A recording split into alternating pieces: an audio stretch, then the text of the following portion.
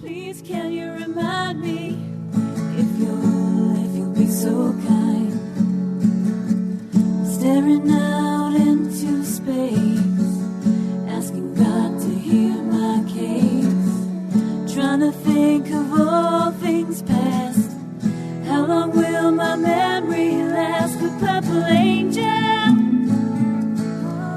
purple angel, purple angel, you're next to me. Well, welcome everyone to Alzheimer Speaks Radio. I'm your host, Lori LeBay, and Alzheimer Speaks was started due to my mom having dementia for 30 years. I was a daughter who struggled to figure out how to care for her and how to live fully with dementia, and really felt strongly that there had to be more resources out there than what I knew about. And so I decided to create Alzheimer Speaks, which is really an advocacy-based platform providing multiple places where people can get information. So we have the radio show, we do these video chats, I interview people with dementia called Dementia Chats. We've got the blog, the resource directory, and so much more along with our keynotes. But our goal is really to shift our care culture from crisis to comfort around the world. And it's just been so exciting to meet so many people doing such fabulous work and who are willing to share that with all of us. Alzheimer Speaks really believes that by sharing knowledge and having these everyday conversations, that is truly the way that we're going to change the world. We are going to improve things for not only ourselves but for others, so that we can all learn to live graciously together. And right now that is so badly needed. The other thing I've learned with dealing with dementia is that what's good for dementia is really good for everybody.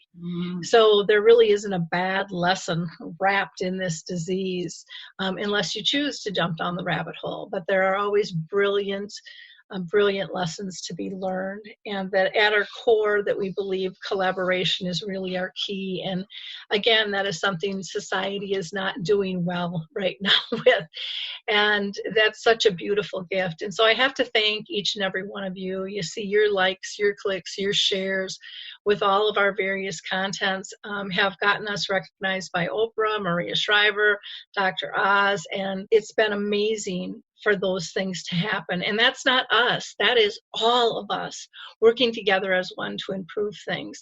And it just shows the power of collaboration. And so again, I thank you for that. And I hope that you continue to like and share and click, because there's always somebody in our sphere of influence that's dealing with something that we can help with.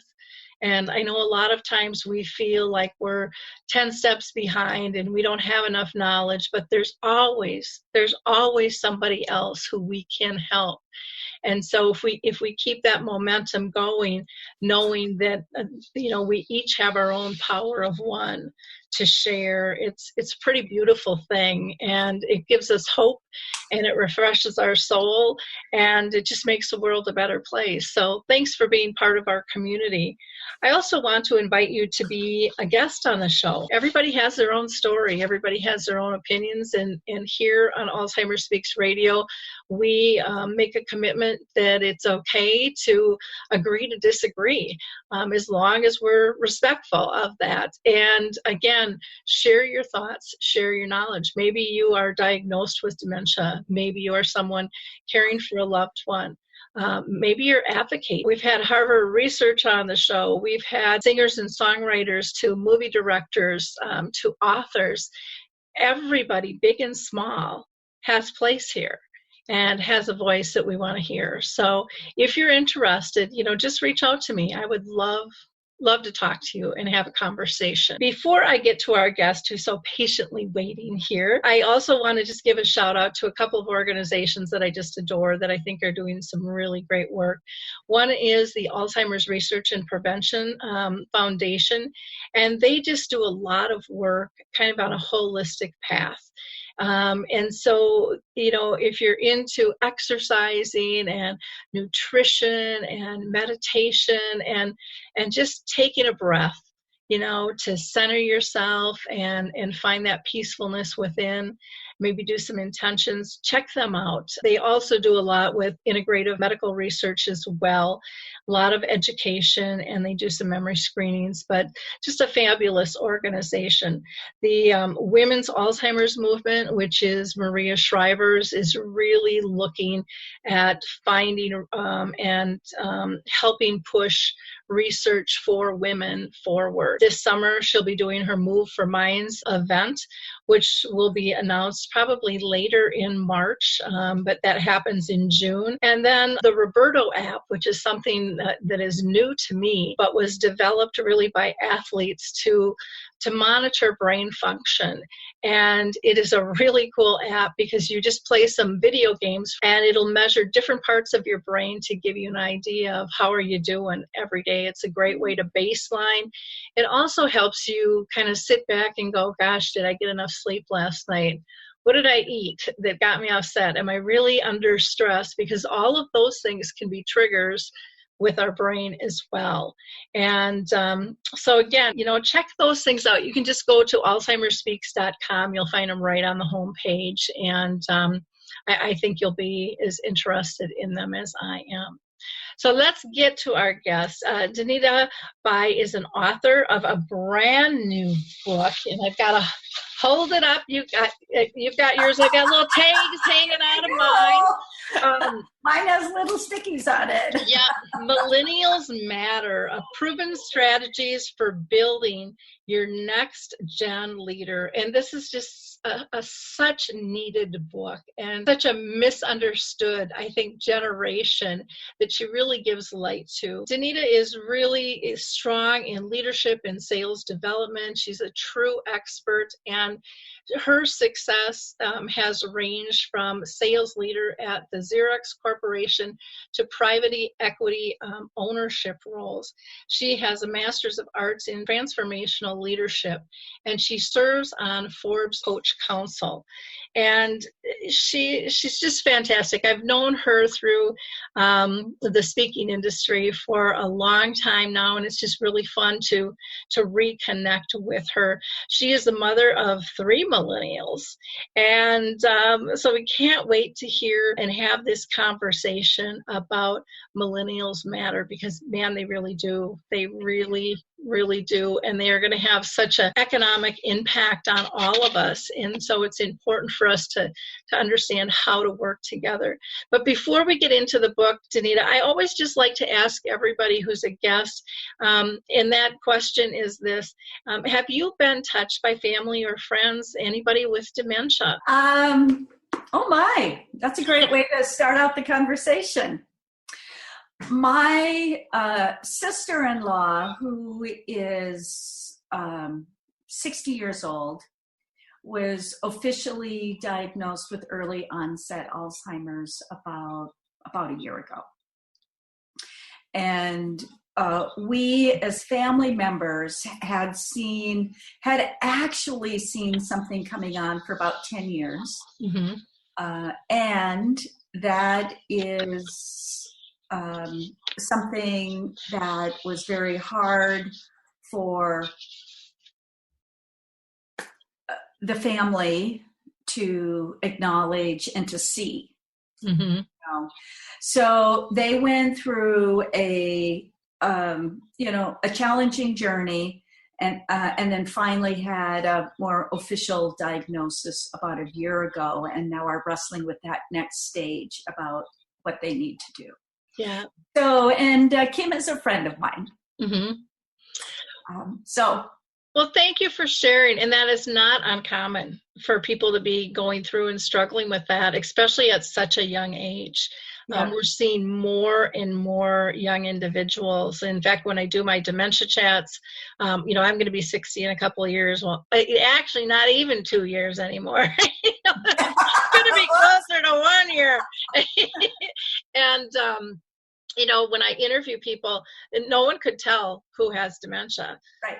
By talking to us or by looking at us. And it's amazing. And it's sad because many of the people with younger dementia are questioned, oh, you can't have dementia, you look fine. It's kind of that invisible disease. And so we have to learn how to tackle that better. So thank you so much for sharing that. And then I have one other, my youngest millennial daughter volunteers at a Alzheimer's home 1 day a week. Okay, great. And so, and then she's been doing that for about 3 or 4 months. And in preparing for our conversation, I asked her about, what do you like? What do you don't like? Mm-hmm. And she volunteers 1 day a week, and she loves it. She loves the people that she works with. She, it's about creating joy in the moment. And she said, I can do that because it's, 1 day a week. I'm not there 24/7. Mm-hmm. And what else was she? She just said that, people will kind of laugh at her a little bit for even wanting to volunteer there and for enjoying to volunteer there. And she sees it as really an underserved, kind of marginalized community. Yeah. Well, and I think people laugh because they just don't know. They have this vision of end stages. Yes. And it's such an uncomfortable conversation when people aren't educated and don't know. And it comes off sideways. But I love that your daughter at that young age has the insight of creating joy and being in the moment. And that was one of the biggest gifts my mom taught me was, put your phone down and play again, Lori. Wow. Be with me. You know, and it was like, as an adult, you forget that. Anyways, I forgot how to play because I was too busy and being an adult. Yeah. And taking care of all the important stuff. And then you lose out on some of the power of your relationship and that fun that fuels us, to go forward and stuff. So lucky her that she's learned that. Yeah. There were 2 other things that she noted, which were helpful for me. And I know that you and, your listenership know this. She said that for her, there's also, she knows that she is, providing, joy, living in the moment. But she said for her, it's also meaningful and fulfilling that she is giving family members a little bit of a break. Mm-hmm. Because what she sees is just the tremendous burnout that can happen. Yep. The burnout that happens with staff, the burnout with family members. And so anyway, I thought that was, again, interesting for a 25-year-old. Yep. Able to see that and note that. Yeah. Well, and they always say when you give, you get more back. And, when you can see what you're doing, it does fill your heart, going, I do have purpose and I am helping and I am part of this community. That's huge. And I think we've lost that sense of community, that sense of, being bigger than ourselves, right. Truly being connected. And so good parenting there, that she's got that done. Yeah. I will give her all the credit. Oh, heck. Well, let's talk about your book here, Millennial Matters. What the heck inspired you to write this book? Because this is a big topic. It is a big topic. And as with all of our lives, there's a number of events that at the time look disconnected, but in retrospect, they were all connected. The conversation that finally caught and riveted my attention was a conversation with my son Weston, who was 23, 24 at the time. I guess I should look in the book and get the exact date. But he had went to a leadership conference Mm-hmm. The Willow Creek Global Leadership Conference, may be familiar with that. And it ends Saturday at noon, and I connected with him at 12:30 just to say, hey, what'd you think? What was interesting? And he was being a pretty typical, ADD guy. That was a good speaker. No, that was interesting. And, he was kind of flitting here and there. And then he stopped, and it was as over the airwaves, his eyes locked with mine, and he said, Mom, I have a message for you. And it was as if those words just started to sink in, and I knew that this was going to be an important message from God for me. And he said, Mom, you must prioritize passing your leadership, wisdom, and insight onto the next generation. Wow. And then he said, Mom, gotta go. Talk to you later. Wow.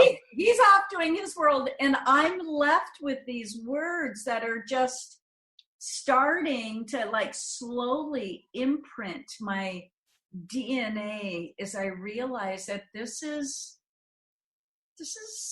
important. And it was, I'm like many of us, I get this big long to-do list, and I'm checking things off and, accomplishing this and doing this. And so this concept of millennials wasn't even on my list. It was nowhere on my to-do list. So this required me to kind of rethink things and to wrestle with, what do I do with it? Yeah. And so I started, there were a number of things that were shifts and changes that were going on at the time, which gave me a little bit more opportunity to write and to reflect on what were some of the lessons that I had learned that would be helpful for those of us who are leading and training and teaching the next generation. Wow. So, what an interesting way to write a book. I mean, and I can just see that to a kid, giving you that message and then just flitting off. And then that's right. and it's a powerful message. It's a deep comment that needs your attention. And did he have any idea how powerful that was? No, he had no idea. He had none. It was about 6 to 8 weeks later that I was having a cup of coffee with him, and I said, Weston, I said, I've been thinking about your words, and I said, let's be real. Your generation you have so much access to great talking heads. Mm-hmm. I mean, you can go on YouTube and pull up anywhere, and they are incredible. Mm-hmm. And he said, yes, we do, Mom. Here's the problem. What we need are people who can come alongside us and walk with us and figure out what it all looks like in everyday life. That's what we're missing. That's what we need. And so as I, continued to reflect on it, that I feel is actually the call of the generation to all of us. Mm-hmm. In whatever we're doing, how do we, this relationship, how do we live and walk this out with the millennials in our life every day? Yeah. Well, it really is a beautiful message of learning to live graciously together. Yeah. Sharing knowledge. I mean, it's just it's a basic thing that we've lost how to do because we've compartmentalized everything. And when you were doing your research and stuff on the book, What was like the biggest surprise to you? Because I think millennials get such a bad rap. You know, I mean, you hear the word and people go, ew. You know, they just, right. Roll of the eyes. Yep. And they're rolling them right back at us, the oldies too. No. That's right. You know, there were, I've got like 6 surprises, not just one.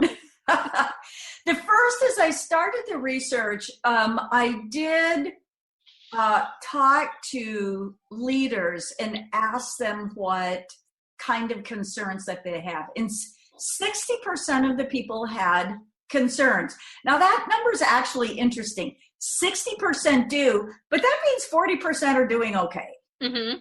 So I don't know. I would have thought with all the rolls of the eyes that you get, it'd be 100% were having problems. Yeah, or dang close. Yeah, that's right.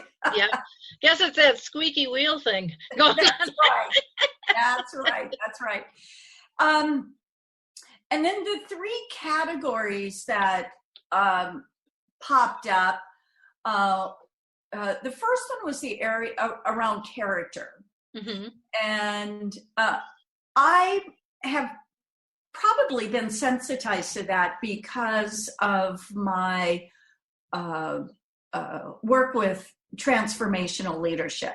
And the concept with character is that everything that we are as leaders, everything that we are as people flows from who we are, and then it moves out and impacts all of our roles, all of our decisions, all of our relationships. It all starts here. Mm-hmm. So, you know, you'd mentioned earlier in your intro monologue, you know, about being centered. Mm-hmm. And that's because it all starts here. It all starts with how we're thinking and feeling and our character, and then flows out.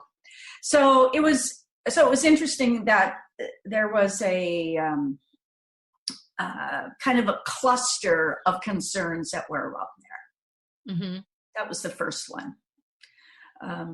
And one of the reasons that it popped up to me is this statistic, which I think is fascinating. 91% of millennials want to be seen as leaders. Wow. That's a huge number. That is. So they have this leadership, what's the word that I'm looking for? Well, you know, they see themselves as leaders. Mm-hmm. So as we're working with them in whatever capacity, is to recognize that they see themselves as that. So when we come to them with ideas, we can talk about, well, you know, leaders wrestle with this. Mm-hmm. Leaders wrestle with character and making decisions about doing right, no matter what. That's what leaders think about. That's what leaders do. And so it's a place that we can tap into mm-hmm. and help them on their journey of becoming better leaders, better employees, and better people. 91%.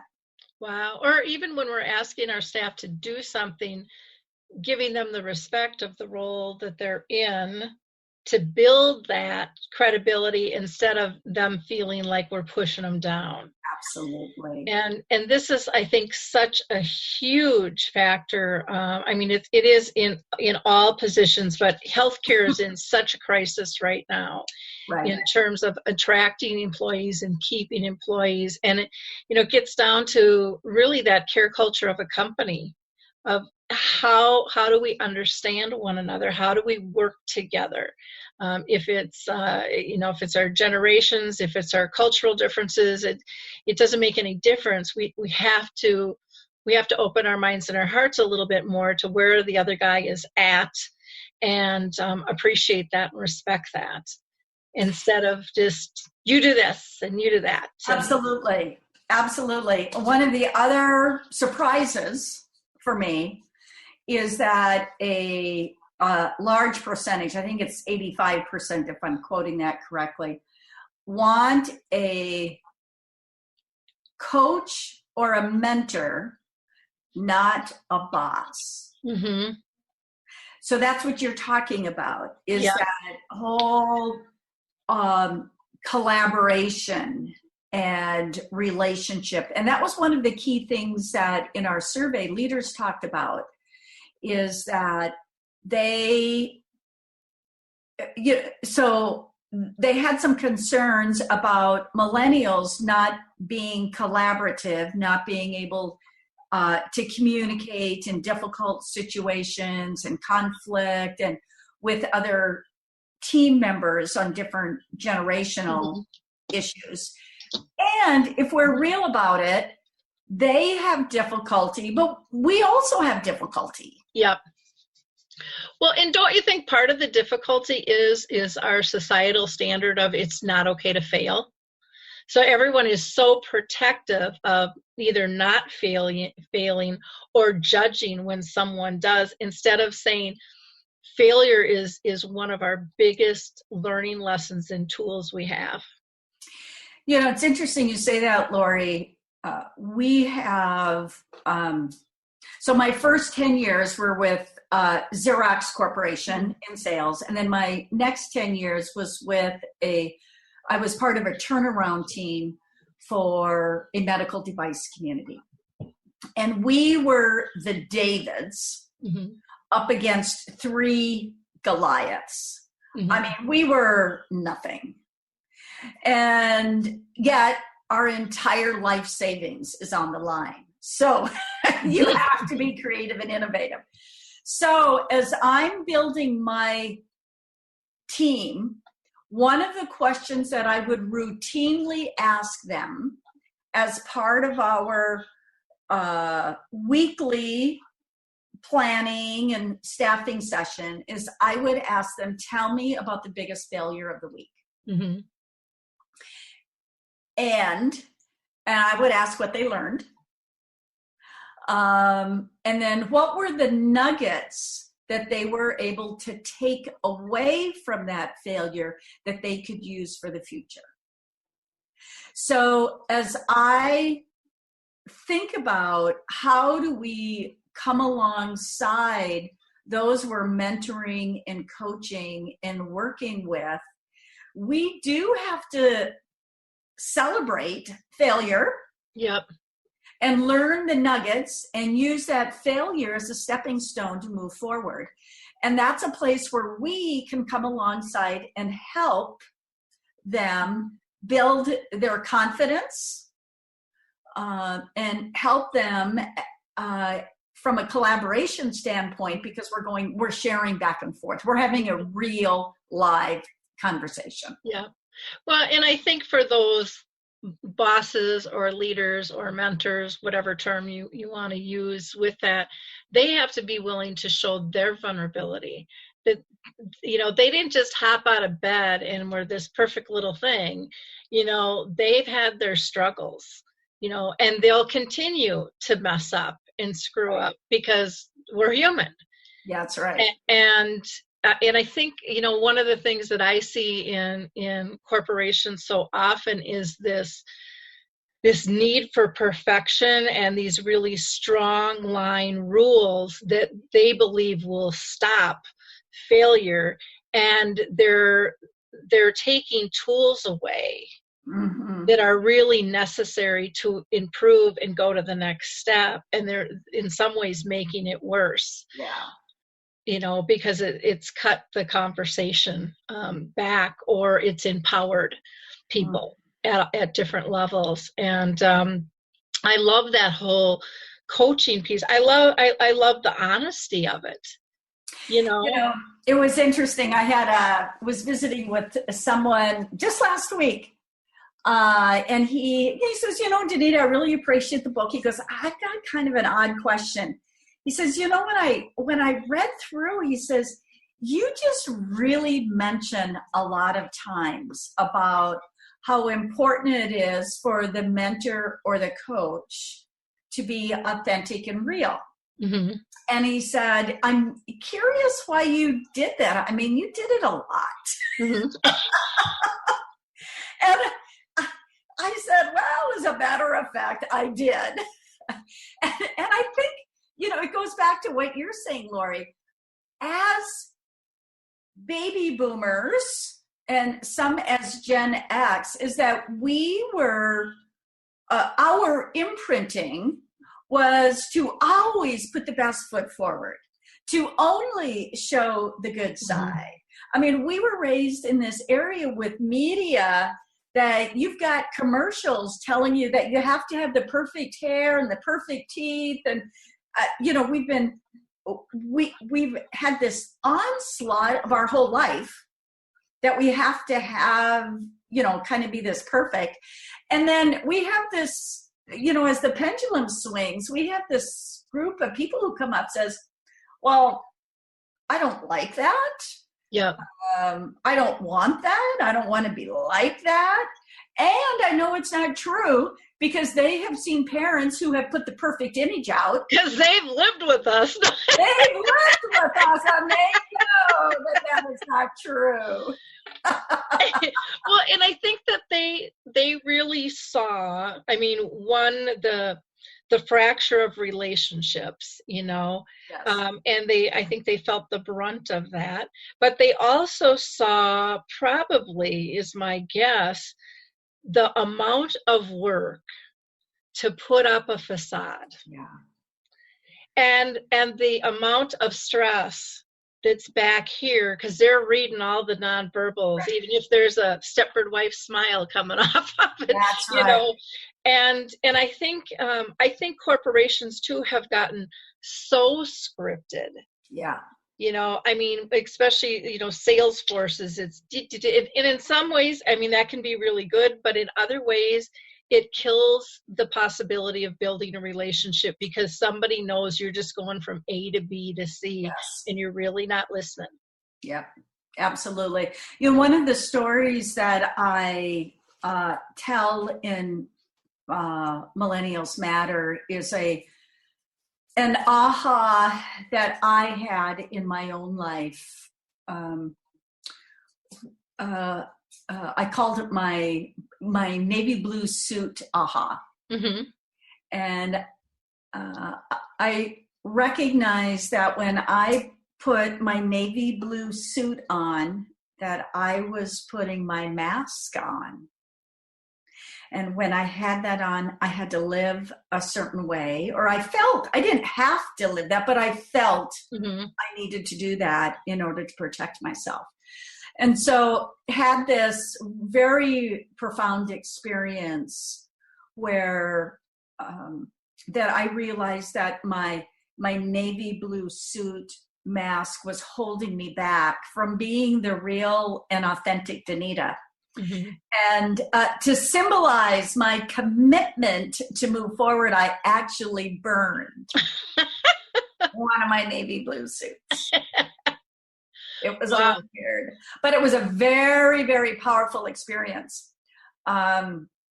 Recognizing, and we all have those. Mm-hmm. We all have shifts as part of our leadership journey where we recognize, I don't like that. I want to be something different. Yeah. I don't like that. I want to be something different. And I would suggest that the millennials in our life actually help us. Yeah, I agree. Those ahas. Well, because they call us on it. Yes, they do. If we're willing to listen and sit down and validate, what it is they're seeing instead of, no, I'm right. Yes. No, you don't know, you're too young. I remember when my daughter was very young, I want to say maybe 6, and she gave me an aha moment like your son did you. Mm-hmm. And she looked at me one day, and I was really frustrated because I was the fix-it girl in the family. So somebody had a problem, you brought it to me, and I fixed it. And she looked at me square in the eye, and she said, Mom, not everybody wants your life. Whoops. I know. And I thought, and I, for years, I like poo-pooed it. What does she know? And then I had a revelation. Oh my gosh, I am really getting in the way of allowing other people to learn because I'm just trying to put them in my mold. And I think corporations do that too. Get in my mold, Yes. because then I don't have to worry about you. And it's not natural to be in a mold for any of us. And we have to really understand the beauty of all of our differences in how we act, how we interact, and how we connect, and raise people up for our differences instead of being so fearful of them. But I'll never forget that from a young kid of 6. And like I said, I look back now and go, wow, I wish I would have listened to that. Isn't that right? Ages ago, because she was right on the money. Yeah. Right on the money. So I think part of it is us validating them. I know many people think, well, they're just entitled and, we've raised them, this way and blah, blah, blah, blah, blah. But, they are of such value to us as a community as a whole, as to us individually. And just like any other generation before them, they have a lot to learn and they have a lot to teach. They really do, really do. One of the other, going back to this coach, mentor versus boss, I was visiting with someone last week who had a number of salespeople, millennial salespeople, and she was just asking some advice. And she said, you know what? One of them came in and she was just complaining about how sad she was, like really sad because she didn't have a boyfriend. Mm-hmm. And then she said, why do I care if she has a boyfriend or not? And why is she talking to me about that? I'm her boss. And do I have to listen to that? And yes, I'm going to reach back here because one of my favorite books, which is an old one, it's called The One Thing You Need to Know About Great Managing and Great Leading and Sustained Individual Success, from Marcus Buckingham. It's an older book. The key idea that I learned out of here is that as a great manager, you have to care about your people. And that's what the Gallup organization, all their research talks about, that if you wanted people to bring their whole selves to work, you have to care about them. You have to care about the whole person. You have to care about the whole person. You just can't care if they're going to hit the number. You have to care about the whole person. Yeah. And so as other generations, we would put up with someone if they didn't care about us. Mm-hmm. But this generation isn't going to put up with it. No. Because they can find someone who will care about them. Well, and they've seen what the disconnect has cost. Yes. And they're not willing to lay down to that and give that up. Right. It's really important. I know when I was younger, I had a boss who was like the perfect mentor. She had a red pen I hated, but and I'm still friends with her. This group of women, we get together. It's been 35 years. We get together once a month for dinner, and which is just incredible. But Jan was a woman who she had this open door policy, which I loved, because I think people hide behind an open door saying, I of course I have an open door policy, but they really don't. And right. Jan's policy was this: you can walk in and you can talk to me about anything and you can complain about anything as long as you are willing to come forth with some solutions. They don't have to be perfect, but I want you involved. If we're going to change this, I want you involved in it. And that was so empowering. She also had this other philosophy that if you're going to have the responsibility, then you have to have the authority with it. And I think many times we give people the responsibility, but we don't trust them to give them the authority. And for me, it was like such an eye opener. And I would go into her literally every 6 to 9 months and say, Jan, I'm a clog in the wheel. I need this authority to go to my staff. And she'd say, well, then you're not going to have a job. And I'm like, it's okay, but I can't be a clog in the wheel. Right.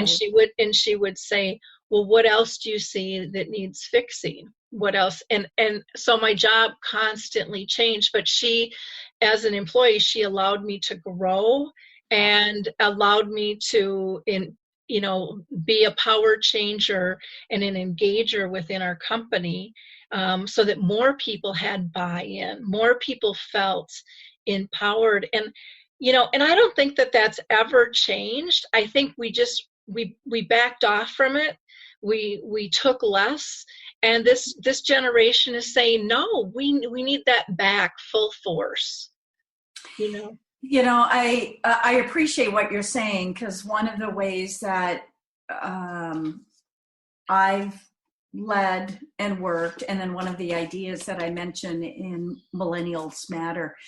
That Millennials Matter is really, I call it kind of a toolkit and a reference manual. Mm-hmm. Because my goal was that if you're stuck, you could go turn to a page and pick up with some practical ideas to do that day.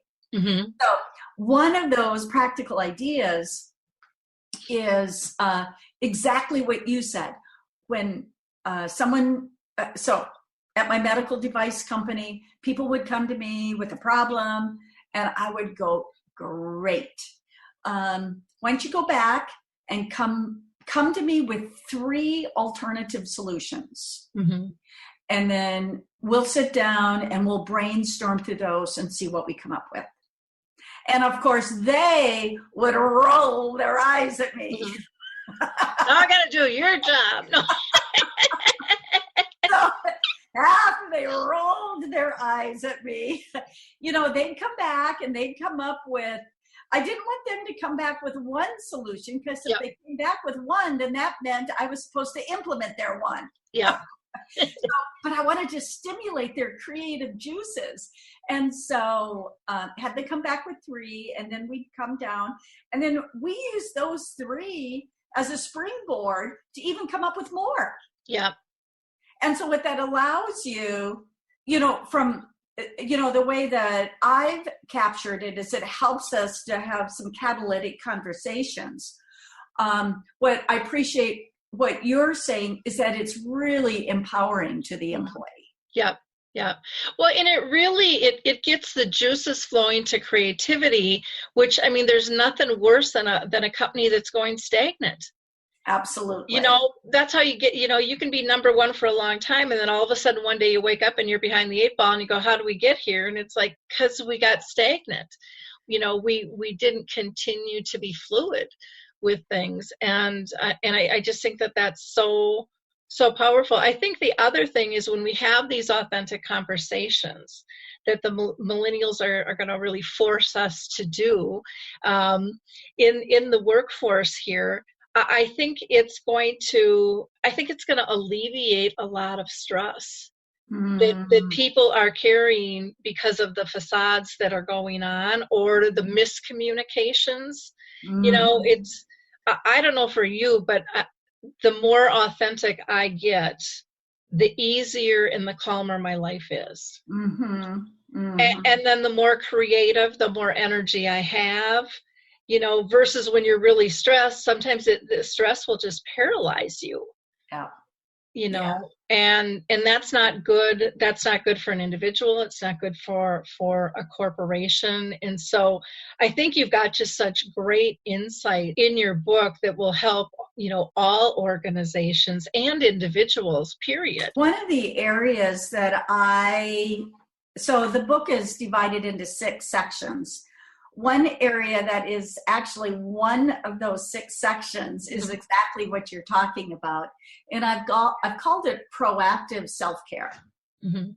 So what I'm talking about is, how do we develop a rhythm within our life where we can pull back and reflect, see things on a big picture perspective, look at how we're handling things. Do we like it? Do we not like it? What do we want to change? What do we want to shift? And the observation that I've had is that every single leader whom I respect has some rhythm that's built into their life for reflect and to take care of how they're doing internally. Mm-hmm. And so that's important for us. And I believe that it's also important for us to mentor and come alongside with our millennial leaders. Mm-hmm. It's a crazy world out there. I mean, we are hooked to this all the time. And we've got messages coming in all the time about, I want you to do this, or you should be like this, or if you do this, you'll be happy, or, likes and shares that are impacting our self-esteem and our self-image. And there's just massive onslaught of media that we, for ourselves as well as our millennials that we're mentoring, is we need to have some boundaries that allow us to consider, how do we become our best? Yeah. And that doesn't happen in the midst of messages going every which way. Yeah. Yeah. It makes us all ADHD. It does. You're just trying to keep up with things. And it's nice that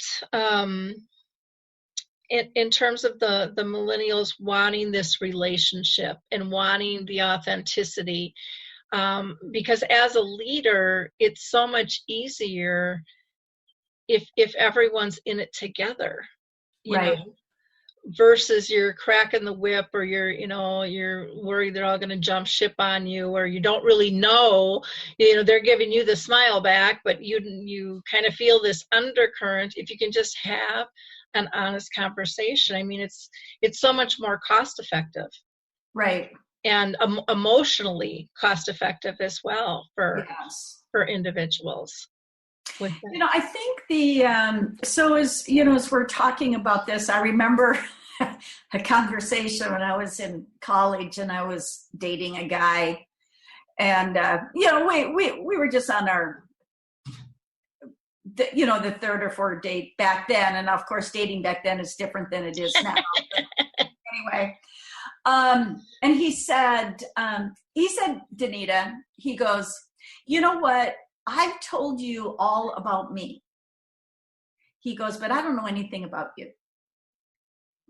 And the very first thing that came out of my mouth was, if I told you who I was, you wouldn't like me. And of course, it was one of those comments that when it comes out, you go, oh, well, that was interesting to hear you say. As an extrovert. As an extrovert, I say whenever I talk, I learn a ton about myself. So I'm going through so there's some issues that I'm working with right now where I'm not responding in the way that I want to. I don't like my honest response. I don't like my authenticity. Mm-hmm. What I see coming out, I am not happy with. Mm-hmm.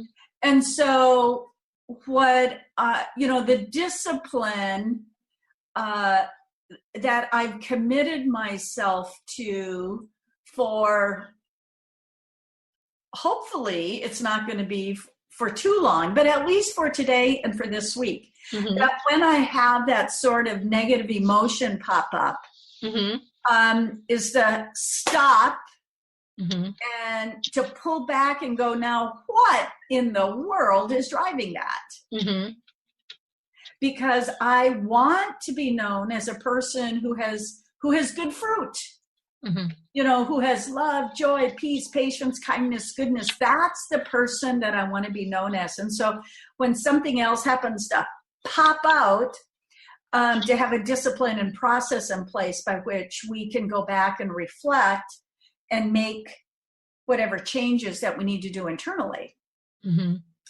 And then that helps us to be a better mentor and a better coach, because we can talk about the hard work that we've had to do in order to become the person that we want to be. Yeah. So I don't know if that's on topic or off topic, but I guess it's personal revelation with what I'm working on this week. No, I think it's very important. I think that I think it's important for us to say life isn't easy all the time. I think it's important to know that I've come up with a saying for myself: perfect doesn't exist.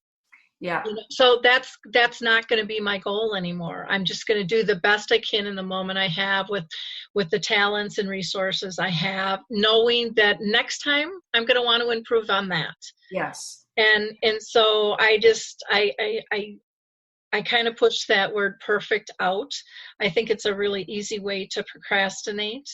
I think it's a really easy way to get frustrated, and for barriers to pop up. And I have kind of committed in my realm with dementia that, I could look at trying to be perfect and trying to meet everyone else's needs, or I could just start to make change. And I decided it was better for me to just start to make change and evolve as I go. And hopefully I can inspire somebody else on the way to break that mold. And I think it was Mark LeBlanc, his saying, done is better. What is it? Done is better than perfect, maybe, but just get out there and do it. Yeah. And get engaged, be authentic. Don't worry about your failures. Absolutely. And millennials, that's what they want. That's what they're looking for in their leaders. Yeah. They want to see that. They want to feel that. They want to walk alongside. Well, and I like that they're looking for that coach and that mentor, because it really, that cohesiveness of having a relationship that you can trust. That is powerful stuff. And if they're telling us we have lost that in our workforce, how did that get through our nets? I mean, that should be, one of our well-protected assets. And somehow we've lost that. And they're shining a light, and that's a gift for us to all learn that and realize the importance of that. And again, getting back to, everybody can be a mentor in their own way. Absolutely. Because we all have different talents and everybody can still learn. Absolutely. Yep. I love your growth mindset. We're always looking to grow. Yep. To celebrate where we're at, and then always looking to grow. Yeah. And it's, and to I think watch yourself from not going down the rabbit hole too easy, because it's really easy to not only let others judge us, but to judge ourselves overly harshly. And know that, okay, I went down the rabbit hole, but now I need to get centered again. I need to move forward. That wasn't exactly what I would have liked it to be, but that's called life, and let's move forward, and let's do better next time. Let's ask people for input and not be ashamed that it happened. But if we truly honestly want to improve, we're foolish to think we have all the answers ourselves. Right. It takes a village. We have one of the other stories I tell in Millennials Matter is I had another aha. I had, and as part of this, I called it Break the Negative Chains of Thinking. So I decided, I was reading a book and the author had suggested that you write down all of the negative beliefs that you have. And I kind of rolled my eyes at the author because for people who know me, I look like I'm confident and I'm always happy, it seems like. And I actually thought, I'll see if I can list 2 or 3. Mm-hmm. Well, I started writing, and the first one that came out was, I am fat, I'm not smart, I'm not funny. And then I kept going for 7 pages. Oh my gosh. In my journal. Oh my gosh. I was stunned at all this junk that was coming out I'm like, where did that even come from? Mm-hmm. And I didn't even know that it was somehow unconsciously, subconsciously impacting my behavior. Mm-hmm. And so obviously that was a huge aha experience for me, to recognize what I come to believe is all of those are lies. Mm-hmm. Come to recognize that all of those were lies, recognize that they were damaged, that that's not the future that I wanted. And then to install truth about who I am and my gifts and my talents and my calling and my passion. Because that's who I want to be. I want to be a person who operates and flows out of truth. And as we know, that is a lifelong process. And so periodically I'll actually go back to that exercise and start writing and to see what comes out. Yeah. Yeah. What a great way to get it out, physically get it out. And I would almost take it another step and just do almost like a burning ceremony and pray with it and go, you are released, You are released. Well, no room in the house. No. Well, I burned my navy blue suit. Yeah. Well, I actually like burning ceremonies. And then replace it with the other, that is, I think sometimes we are so closed, because we feel like we have to be scripted and we just don't go within. Most people just won't go within because it's painful. But I'm a firm believer you can't get through the process if you don't feel the pain either. And then there's, this softness of this new landing that you're in and this peacefulness within. And I think the millennials have seen other generations struggle with that. Mm-hmm. And they're just like, it doesn't have to be that hard. We don't have to be, we don't have to look at ourselves as imperfect. Mm-hmm. We're people. Yeah. We're people. Yeah. Yeah.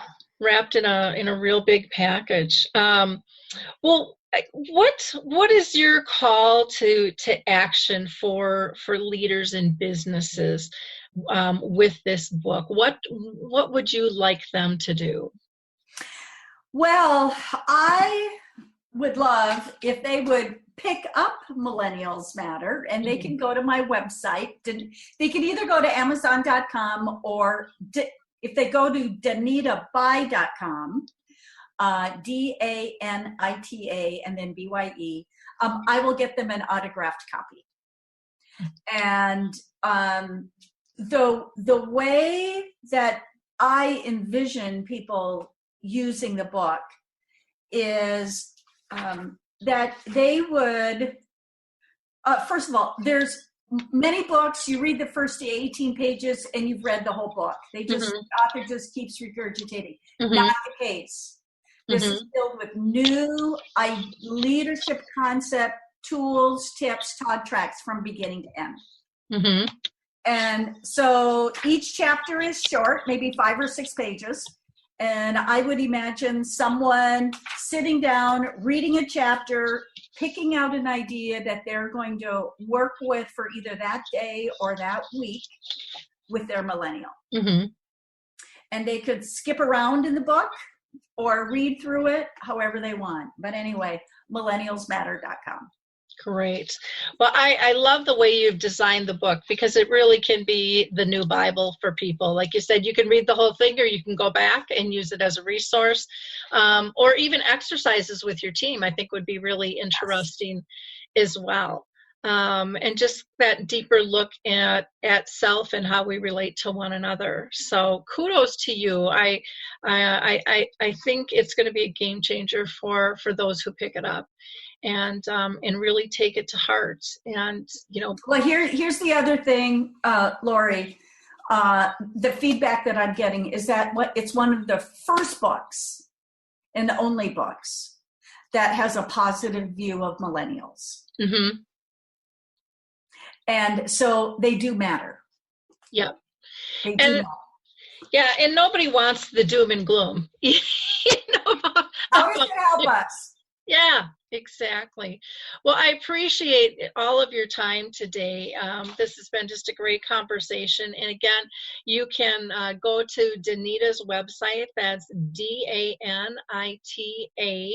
and then bye, BYE.com. Or you can always email her at Danita@DanitaBye.com as well. She's just a doll. She's filled with tons of great energy and insights, and I'm sure she would love to work with your organization and help you through the process here. And I really truly hope that healthcare leaders are listening. This is a book I think that can really shift their care culture, as a whole, because it opens the door to authenticity. And I know every company thinks they're authentic, but if you ever walk through someone else's, you can see the dents and the bruises where they're not. And that same thing is happening in your own companies. And it's just learning to work with those blemishes and kind of polish it up again, and get more life and more purpose, and just that sense of team working together. I think it is so needed and so called for, and this will help. This will definitely help. So thank you. Good. Sounds great. Thank you so much. It's been a delight to work with you. Thanks for all the good work that you and your listeners are doing out there. Well, great. In wrapping up, I'm just going to give a shout out to a couple other organizations. The American Senior Magazine, which is a wonderful magazine that I love because I don't even need my glasses to read it. Nice large print, great articles.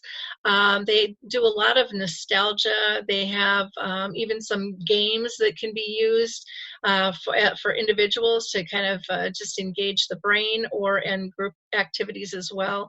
And then many people are always looking for, where's a memory cafe near us? Go to the memorycafedirectory.com to find that.